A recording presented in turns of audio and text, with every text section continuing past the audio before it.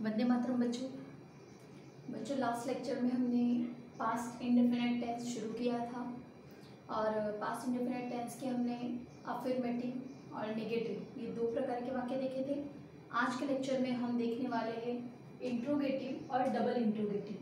ठीक है बच्चों, मैंने पास्ट इंडेफिनिट टेंस के बारे में आपको बताया था कि भूतकाल की जो भी घटना है, जो भूतकाल में हो चुका है, उसे हम दर्शाने के लिए पास्ट टेंस का इस्तेमाल करते हैं। ठीक है, जो अभी अभी मतलब हुआ है लेकिन वो भूतकाल की घटना है। जैसे कल कुछ घटना हुई, इस महीने में कुछ हुआ था, लास्ट मंथ में कुछ हुआ था, लास्ट वीक में कुछ हुआ था। और मैंने कुछ आइडेंटिफाइंग वर्ड्स भी आपको लिखवाए थे कि भाई ये शब्द अगर आप वाक्य में देखते हैं, last evening, last Sunday, last Monday, last month, last week, yesterday, the day before, ago, ऐसे कुछ शब्द है जो आपको दर्शाते हैं कि ये भूतकाल की घटना है। ठीक है, फिर मैंने आपको पहचान, ये तो इंग्लिश के ऐसे शब्द है जिसे मतलब इंग्लिश में अगर कोई वाक्य दिया है उसमें ऐसे शब्द दिए तो हम पहचान सकते हैं कि भाई ये भूतकाल का है। वैसे ही हिंदी का कोई वाक्य जिसे हम पहचान सके कि इसका इंग्लिश हमें पास्ट टेंस में करना है तो उसके लिए ता, थे, ता, था, ई, ए, आ, ओ, ऐसे अगर प्रत्येक वाक्य के अंत में निकलते हैं, बुलाया, गए, गई, लाइक दिस, गए थे, आया था, बुलाया था, ठीक है, रहते थे, तो ये जो शब्द निकलते हैं लास्ट में वाक्य के अंत में तो वो हमें भूतकाल का सूचन करते हैं। ठीक है, देखते हैं इंट्रोगेटिव। हेल्पिंग वर्ब मैंने आपको लिखवाया है did. Helping verb past indefinite में सिर्फ अफर्मेटिव सकारात्मक जो वाक्य है, फिर वो पास्ट इंडेफिनिट का हो या प्रेजेंट इंडेफिनिट का, इन दोनों में सिर्फ सकारात्मक वाक्य में हेल्पिंग वर्ब नहीं लगती, सब्जेक्ट के बाद सीधी मेन वर्ब लगती है। कल भी मैंने आपको बताया था। लेकिन फिर उसका अगर नेगेटिव हो, इंट्रोगेटिव हो या डबल इंट्रोगेटिव हो, उनमें हम डिड इस हेल्पिंग वर्ब का इस्तेमाल करते हैं और जहाँ पे भी डिड आता है वहाँ पे मेन वर्ब की फर्स्ट फॉर्म आती है। इतना आपको क्लियर होना चाहिए। देखते हैं आपका स्ट्रक्चर है, जैसे कि हमने नेगेटिव का हमारा स्ट्रक्चर था सब्जेक्ट डिड और नेगेटिव के लिए नॉट, मेन वर्ब की फर्स्ट फॉर्म और ऑब्जेक्ट। इंट्रोगेटिव में हम क्या करते हैं, आपको पता है कि भाई कोई भी प्रश्नार्थ सूचक वाक्य हो उसमें कोई भी सहायकारक क्रियापद वाक्य की शुरुआत में आता है, वॉज वेयर हो, एमिजार हो या कोई भी हो। ठीक है, तो इसमें डिड हमारा सहायकारक क्रियापद हेल्पिंग वर्ब है तो वाक्य की शुरुआत में आएगा क्या क्या क्या। ठीक है, ये देखिए आप, फिर हमारा सब्जेक्ट आएगा उसने, तुमने, फिर हमारी मेन वर्ब, ठीक है, उसकी फर्स्ट फॉर्म आती है, फिर है ऑब्जेक्ट कर। ठीक है, ओके, देखते हैं क्या उसने दवाई ली। ठीक है, ये हमारा वाक्य है, क्या उसने दवाई ली। हमारी हेल्पिंग वर्ब हम सबसे पहले लगाएंगे डिड। अब उसने हम फीमेल और मेल दोनों ले सकते हैं, हम मेल लेंगे। डिड ही, अब लेना, ये हमारी मेन वर्ब है लेना, तो लेने के लिए क्या आता है take. Did he take, first form में आएगी ना डिड ही से, did he take the medicine, question mark. ठीक है, हेल्पिंग वर्ब आई हमारी, सब्जेक्ट आया, मेन वर्ब की फर्स्ट फॉर्म आई और ये ऑब्जेक्ट आया। क्लियर। दूसरा वाक्य देखते हैं, क्या तुमने कक्षा में लिखा, मतलब कक्षा में बैठे थे तो तुमने लिखा था, लाइक दिस।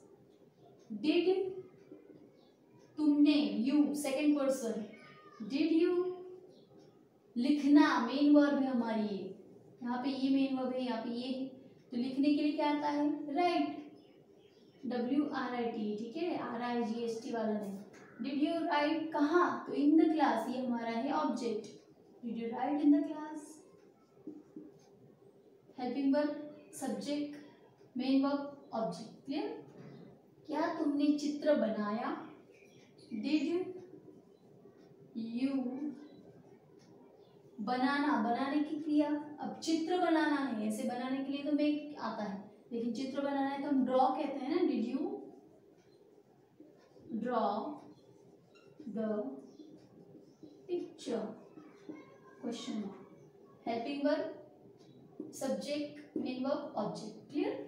ओके, अब डबल इंट्रोगेटिव देखते हैं। इसमें और इसमें आपको हमेशा से पता है, बस फर्क क्या होता है कि WH फैमिली आगे जुड़ जाती है, बाकी सेम टू सेम आपका स्ट्रक्चर रहता है। क्लियर। देखते हैं तुमने मुझे क्यों बुलाया? क्यों की इंग्लिश क्या है? वाई। वाई फिर हमारा क्या है? Helping verb did. Why did subject क्या है? तुमने, यू। वाई डिड यू बुलाना क्या आता है? Call. Why did you call किसे? मुझे, me. Why did you call me? Clear? तुमने उससे क्या कहा? तुमने, यू। लेकिन उससे पहले क्या कहा? क्या, what. Helping verb did. What did किसने? तुमने, second person you. What did you कहना? से किससे? तो उससे, to him. What did you say to him? Question mark. तुम वहां क्यों गए? क्यों, why. Helping verb did. Why did कौन? तुम, सब्जेक्ट। व्हाई डिड यू जाना? गो। कहाँ? वहां, वहां तो there. Why did you go there? Clear? I think आपको ये वाक्य अब क्लियर हो गए होंगे, कोई इसमें प्रॉब्लम नहीं होगी। एक्सरसाइज के कुछ वाक्य देख लेते हैं। फर्स्ट, डिड यू खाली जगह इन द लास्ट कॉम्पिटिशन। देखिए ये जो लास्ट कॉम्पिटिशन ये वर्ड है अपने आप में आपको क्या दर्शा रहा है कि भाई ये जो घटना ऑलरेडी हो चुकी है, ठीक है, और डिड भी दिया है तो आपको समझ जाना चाहिए कि भाई ये पास्ट इंडेफिनाइट का है और डिड दिया है तो यहाँ पे मेन वर्ब की कौन सी फॉर्म लगेगी वो भी आपको पता है। सेकेंड, डिड केसर खाली जगह a car last evening. Again ये शब्द क्या दर्शाते हैं? लास्ट इवनिंग है, डिड है, तो भाई पास्ट इंडेफिनाइट है। आपकी मेन वर्ब है drive. Third, what did you खाली जगह ऑन द प्लेग्राउंड। आप प्लेग्राउंड पे क्या कर रहे थे? Like this. तो यहाँ पे क्या है? Main verb play. Which sari did she खाली जगह मच। मेन वर्ब है लाइक। कौन सी साड़ी उसको ज्यादा पसंद आई? वेयर डिड ही खाली जगह यस्टरडे इवनिंग। कल शाम, यस्टरडे इवनिंग बीत गया है ना दिन, तो इससे आपको पता चलता है कि भाई ये घटना हो चुकी है, पास्ट की घटना है। मेन वर्ब है आपकी स्पेंड। ठीक है, ये एक्सरसाइज कीजिए, ये वाक्य को अच्छे से समझिए, करिए और फिर अगले लेक्चर में हम आगे का टाइम शुरू करते हैं। तब तक वंदे मातरम।